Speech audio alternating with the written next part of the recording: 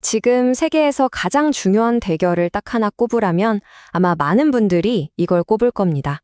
바로 미국과 중국, 이 두 거인이 인공지능이라는 정말 거대한 체스판 위에서 마주섰습니다. 이 게임에서 이기는 쪽이 앞으로의 기술 지도를 아예 새로 그리게 될 텐데요. 오늘 이 숨막히는 경쟁의 판을 한번 제대로 읽어보겠습니다. 예전에, 그러니까 20세기에는 미국이랑 소련이 우주를 놓고 경쟁했잖아요. 지금 21세기는요, 똑같은 구도가 바로 이 인공지능에서 펼쳐지고 있는 겁니다. AI가 이제 그냥 새로운 기술 이런 차원이 아니에요. 경제, 군사, 안보 이 모든 걸 좌우하는 국가의 힘 그 자체가 돼버렸습니다. 자, 그럼 이 체스판의 선수들을 볼까요? 너무나 명확하죠. 한쪽은 현재 챔피언인 미국. 어떻게든 이 리더 자리를 지키려고 하고요. 다른 한쪽은 무서운 기세의 도전자, 중국입니다. 2030년까지 세계 최고가 되겠다고 아예 선언을 해버렸죠. 바로 이 지점에서부터 정말 팽팽한 긴장감이 시작되는 겁니다. 그러니까 이게 뭘 의미하냐면요. AI가 이제 단순한 기술이 아니라는 거예요. 국가의 힘을 보여주는 새로운 종류의 무기가 된 셈이죠. 눈에는 보이지 않지만 그 어떤 전쟁보다 치열한 총성 없는 전쟁. 네, AI를 둘러싼 새로운 군비 경쟁이 이미 시작된 겁니다. 자, 그럼 선두주자인 미국은 과연 어떤 카드를 손에 쥐고 있을까요? 미국의 전략 아주 명확합니다. 투트랙 전략이라고 할 수 있는데요. 한 손으로는 자기들 기술 혁신 속도를 막 끌어올리고요.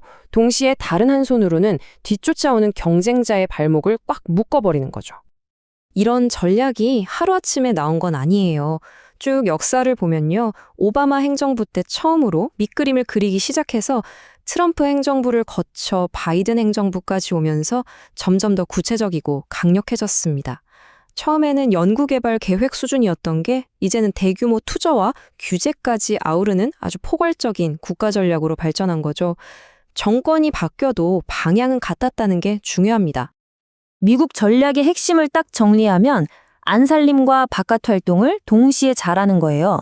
안으로는 실리콘밸리 같은 민간 기업들이 마음껏 창의력을 발휘하게 팍팍 밀어주고요. 밖으로는 민주주의나 인권 같은 가치를 공유하는 동맹국들을 쫙 모아서 거대한 기술 동맹을 만드는 거죠. 혼자 싸우는 게 아니라 팀을 짜서 영향력을 극대화하겠다는 겁니다. 그리고 이 봉쇄 전략에서 가장 중요한 무기, 그 심장부에 뭐가 있냐면요. 바로 반도체입니다. 이게 핵심이에요. 왜냐하면 최첨단 AI를 만들려면 이 고성능 반도체가 꼭 필요하거든요.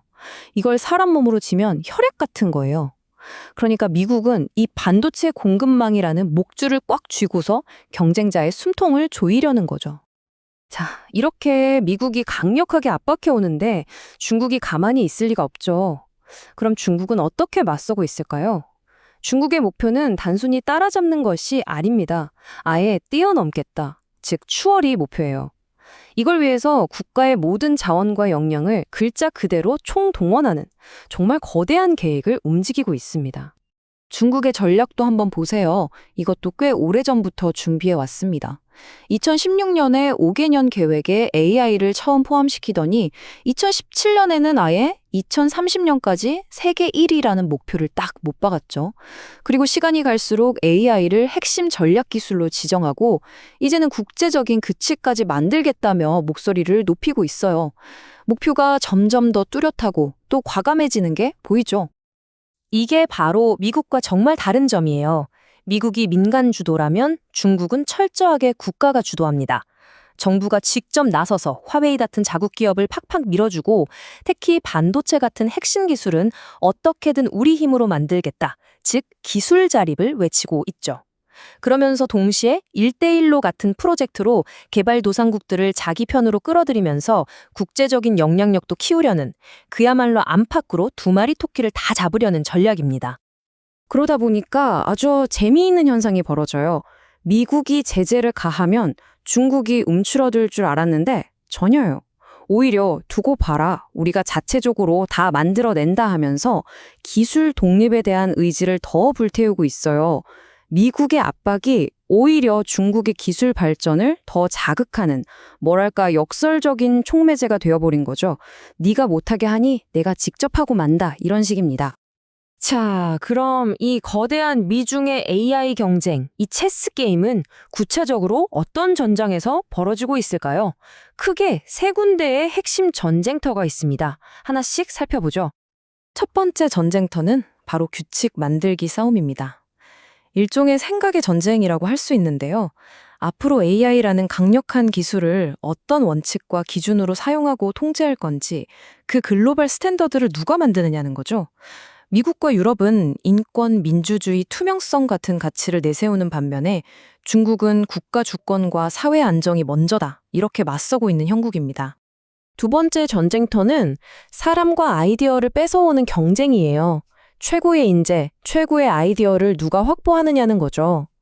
근데 이 경쟁이 심해지다 보니까 예전처럼 미국과 중국 학자들이 같이 연구하고 논문 쓰는 일이 급격하게 줄어들고 있어요. 이걸 연구 탈동조화라고 부릅니다. 서로 교류를 끊고 각자 도생하는 거죠. 이 그래프를 보시면 그게 정말 확연하게 드러납니다. 미중 AI 공동 연구 논문 수를 보여주는 건데요. 2020년, 그러니까 미국의 수출 통제가 본격화되기 전과 후를 비교해보면 공동 연구가 정말 눈에 띄게 뚝 떨어진 걸 볼 수 있죠. 이제는 서로 등을 돌리고 있다는 걸 보여주는 아주 상징적인 데이터입니다. 자, 그리고 마지막 세 번째 전쟁터. 이건 눈에 잘 보이지 않아서 더 중요하고 또 더 치열할 수 있습니다. 바로 기술 표준 경쟁이에요. 이게 뭐냐면 AI 기술의 도로망을 누가 까느냐의 문제라고 생각하시면 쉬워요. 예를 들어 어떤 나라가 AI 기술을 도입하려고 할 때 미국 기술을 쓸 거냐, 중국 기술을 쓸 거냐. 한번 어느 한쪽의 표준을 받아들이면 계속 그쪽 기술에 종속될 수밖에 없거든요. 미래 AI 생태계의 판 자체를 짜는 싸움인 거죠. 그런데 이 싸움이 과연 미국과 중국 둘만의 문제일까요? 절대 아니죠. 두 거인이 싸우면서 전 세계에 엄청난 파장을 일으키고 있거든요. 다른 모든 나라들은 이제 이 복잡한 구도 속에서 아주 어려운 선택을 해야만 하는 상황에 놓였습니다. 대외경제정책연구원 보고서에 나온 이 말처럼요. 이 경쟁은 다른 나라들한테 공급망부터 기술 파트너까지 정말 어려운 선택을 강요하고 있습니다. 특히 우리나라, 한국 같은 경우가 대표적이죠. 안보는 미국이랑 동맹인데 경제적으로는 중국이 최대 파트너잖아요. 이른바 고래 싸움에 낀 새우 신세가 될 수 있다는 우려가 나오는 이유입니다. 정말 어려운 줄타기를 해야 하는 거죠. 하지만 그렇다고 해서 그냥 가만히 보고만 있을 수는 없죠. 한국 같은 중견국들은 나름의 생존 전략을 아주 정교하게 짜고 있습니다. 예를 들면 우리가 세계 최고인 HBM 반도체를 전략적인 카드로 활용하고 미국과 유럽 사이에서 중재자 역할을 하기도 하고요. 또 미국뿐만 아니라 영국, 독일, 인도 같은 다른 나라들과도 협력 관계를 넓히는 식으로 위험을 분산시키는 거죠. 주어진 판 위에서 수동적으로 움직이는 게 아니라 능동적으로 자신만의 공간을 만들어가고 있는 겁니다. 자, 오늘 이야기의 핵심은 결국 이 질문으로 귀결됩니다. 이 거대한 AI 패권 경쟁의 끝에서 과연 세계는 두 개의 거대한 기술 블록으로 쪼개지게 될까요? 아니면 그 틈바구니 속에서 여러 나라들이 각자 자신만의 길을 만들어갈 수 있을까요?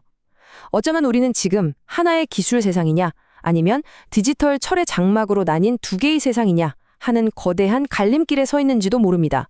여러분의 생각은 어떠신가요?